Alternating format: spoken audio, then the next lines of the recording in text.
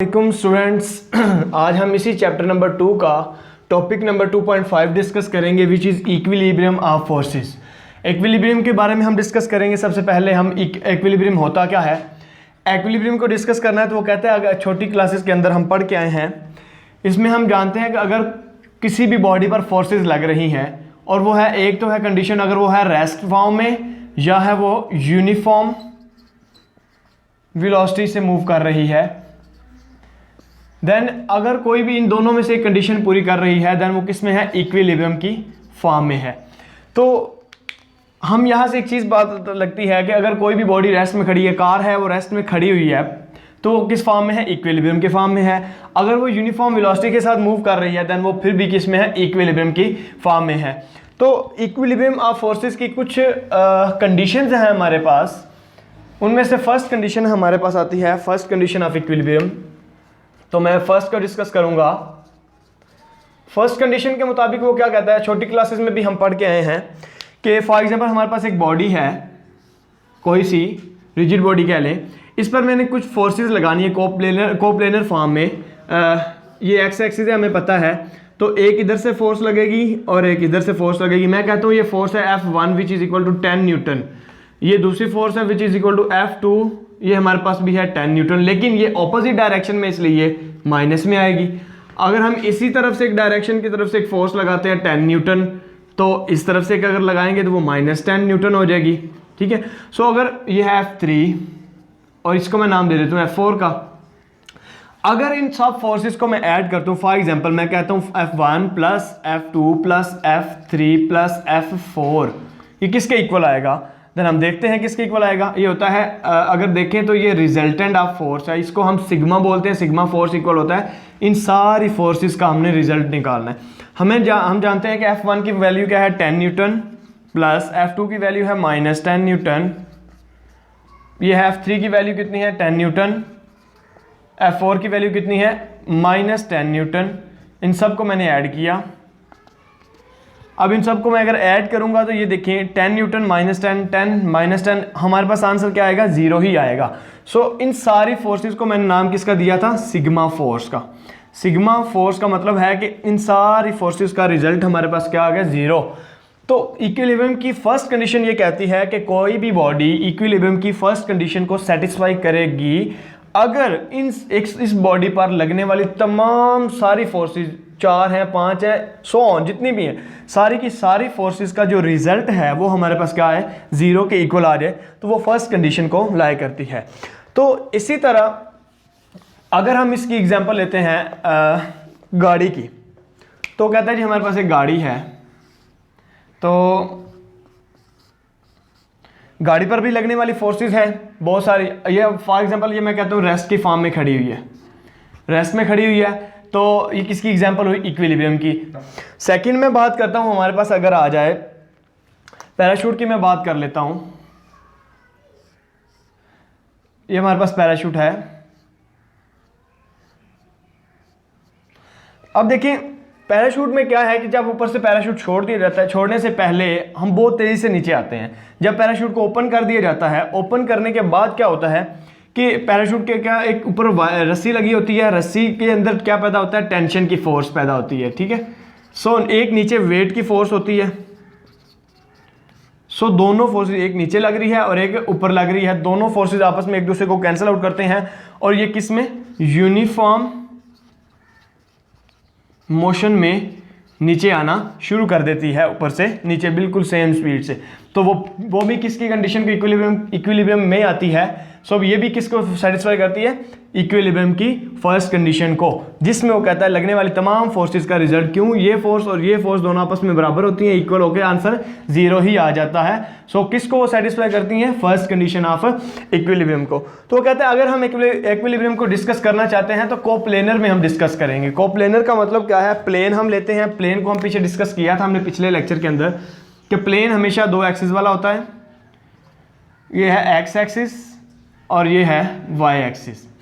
तो अब कोप्लेनर का मतलब वो क्या रहा है कि हमने जब भी डिस्कस करना है कंडीशन को, वो कोप्लेनर में करना है। कोप्लेनर का मतलब है कि 2 प्लेन है, 2 एक्सिस है, दोनों ही एक पॉइंट पर मिल रहे हैं, को कर रहे हैं, कोप्लेनर। सो ये हमारे पास टोटल है प्लेन, लेकिन दोनों एक्सिस दोनों एक पॉइंट पर मिल रहे हैं, इसको हम बोलेंगे को पॉइंट, ठीक है। सो ये को प्लेनर हमारे पास बन जाता है। अब को प्लेनर में वो कहता है कि अगर हम डिस्कस करें, फॉर एग्जांपल हमारे पास एक बॉडी है, इस पर लगने वाली एक्स एक्सिस वाली हमने फोर्सेस देखनी है। इस पर लगी एक फोर्स 10 न्यूटन जिसको हमने नाम दे दिया F1 का। एक और फोर्स लगी वो है 5 newton which is equal to F2 कर लें। तो इसी तरह वो कहता है इसकी डेफिनेटली दूसरी साइड पर से भी कोई ना कोई फोर्स लगेगी। ये हम पे फोर्स लगा देते हैं 10 न्यूटन, ये लगा देते हैं फोर्स 5 न्यूटन, ये है F4, ये है F3। तो ये हमारे पास ये किस में लग रही हैं, एक्स एक्सिस में लग रही हैं, एक्स एक्सिस में, वाई में वर्टिकल नहीं लग रही, हॉरिजॉन्टल लग रही हैं। अब एक्स एक्सिस में लग रही हैं तो इन फोर्सेस को मैं ऐड करता हूँ, यानी F1 plus F2 plus F3 plus F4 is equal to, देखते हैं इसका आंसर क्या आता है, वो होता है सिग्मा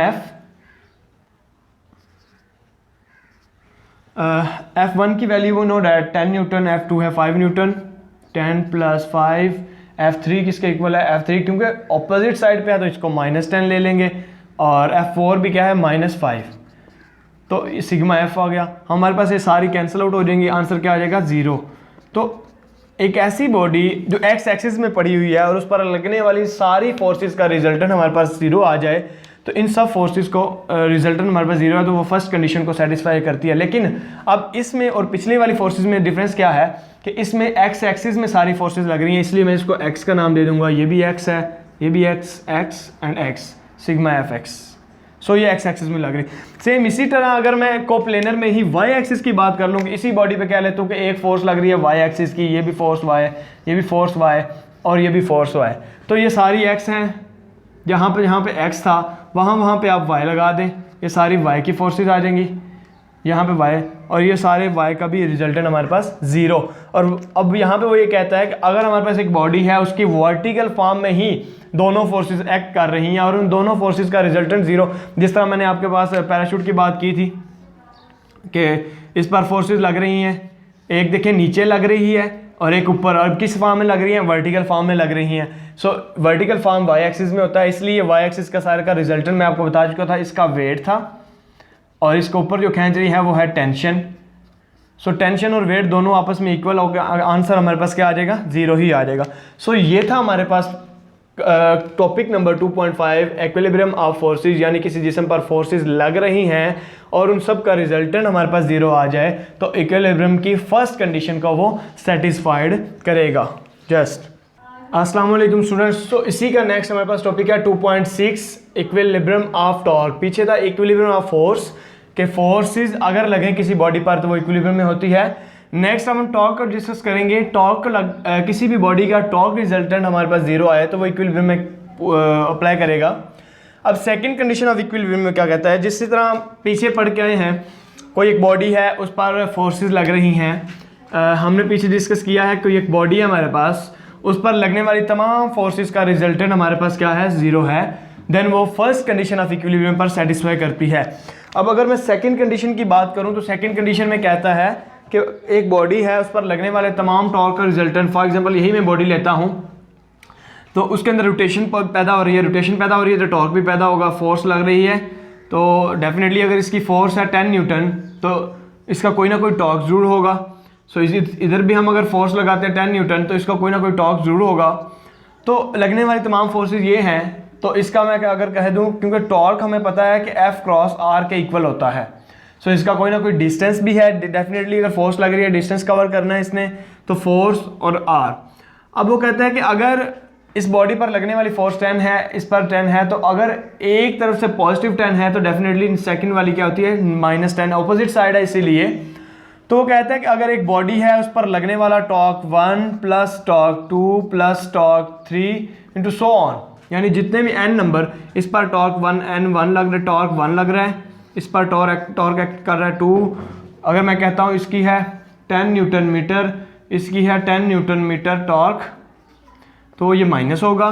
सो इसी तरह मैं यहाँ पे पुट करता हूँ 10 newton meter minus 10 newton meter plus 10 newton meter. So इसी तरह हम कैंसिल आउट हो गए, हमारे पास जो रिजल्टेंट है वो क्या आएगा, 0 आएगा। वो किस तरह हमें एक शक्ल बनाकर ग्राफिकली यहाँ पर डिस्क्राइब करना पड़ेगा कि वाकई ही टॉर्क किसी बॉडी का ज़ीरो हो तो ये सेकंड कंडीशन सेटिस्फाई करेगी।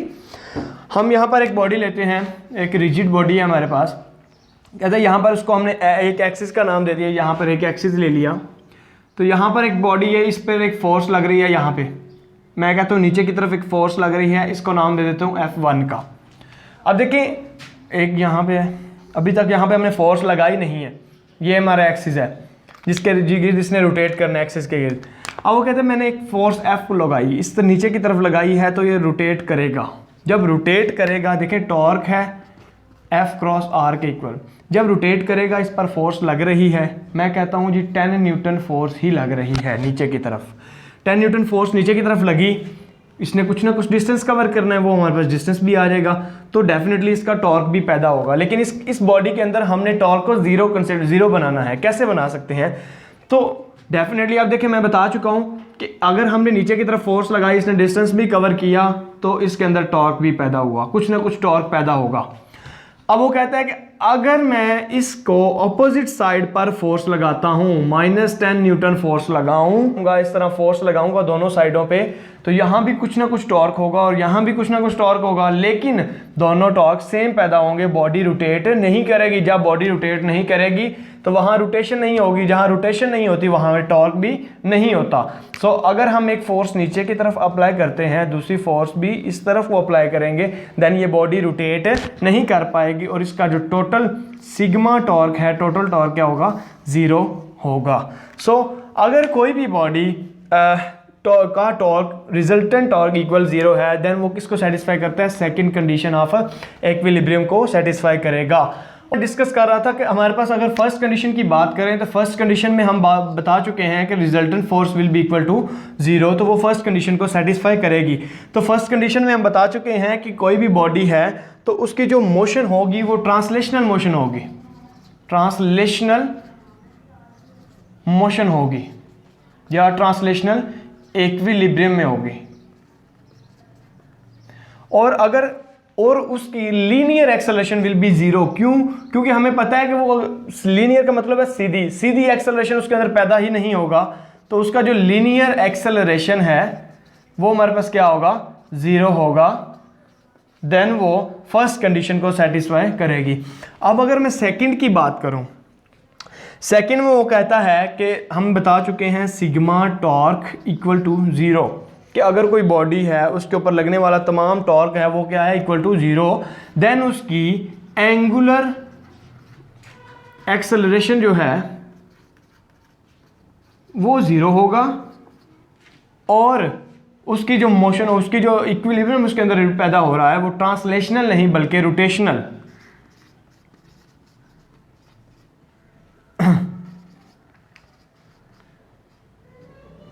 रोटेशनल इक्विलिब्रियम में होगी। देन वो सेटिस्फाई करेगी सेकंड कंडीशन ऑफ इक्विलिब्रियम को। अब इसी तरह लास्ट में मैंने शुरू में ही टॉपिक में एग्जांपल्स दी थी दोनों की। हमारे पास इक्विलिब्रियम की 2 टाइप्स होती हैं। इक्विलिब्रियम कौन कौन सी? एक है स्टैटिक इक्विलिब्रियम और एक है हमारे पास डायनामिक इक्विलिब्रियम।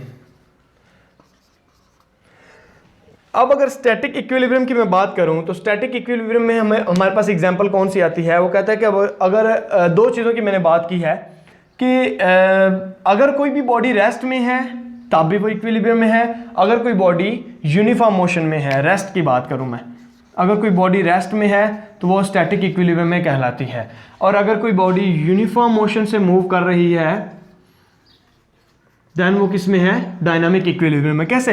और रेस्ट की मैंने एग्जांपल दी थी आपको गाड़ी की, कि अगर गाड़ी एक मूव कर रही, गाड़ी रेस्ट के फॉर्म में है तो उस पर लगने वाली तमाम फोर्सेस का रिजल्टेंट भी 0 है, तो वो किस में है? इक्विलिब्रियम में है। लेकिन कौन सी इक्विलिब्रियम की टाइप है? स्टैटिक इक्विलिब्रियम, क्योंकि स्टैटिक का मतलब ही रेस्ट होता है। ठीक है, सो रेस्ट की फॉर्म में अगर कोई बॉडी है वो इक्विलिब्रियम को सेटिस्फाई कर रही है तो उसको हम नाम देंगे स्टैटिक इक्विलिब्रियम। अब अगर कोई बॉडी यूनिफॉर्म मोशन में है, जिस तरह मैंने आपको पैराशूट की मिसाल दी थी, तो अगर इसको देखा जाए तो मैंने बताया था ऊपर को जो खींच रही है वो है टेंशन की फोर्स और जो नीचे को खींच रही है वो हमारे पास है वेट की फोर्स। अब वेट और टेंशन दोनों देखा जाए, मैंने बोला था दोनों का रिजल्टेंट 0 आ जाएगा, और जो है पैराशूट है वो आहिस्ता आहिस्ता सेम स्पीड से, यूनिफॉर्म स्पीड से नीचे की तरफ आना शुरू कर देगा। सो अगर कोई भी बॉडी यूनिफॉर्म मोशन में है, यूनिफॉर्म एक्सेलरेशन में है, यूनिफॉर्म वेलोसिटी के साथ मूव कर रहा है, देन वो किस में है, डायनामिक इक्विलिब्रियम की फॉर्म में होगा हमारे पास।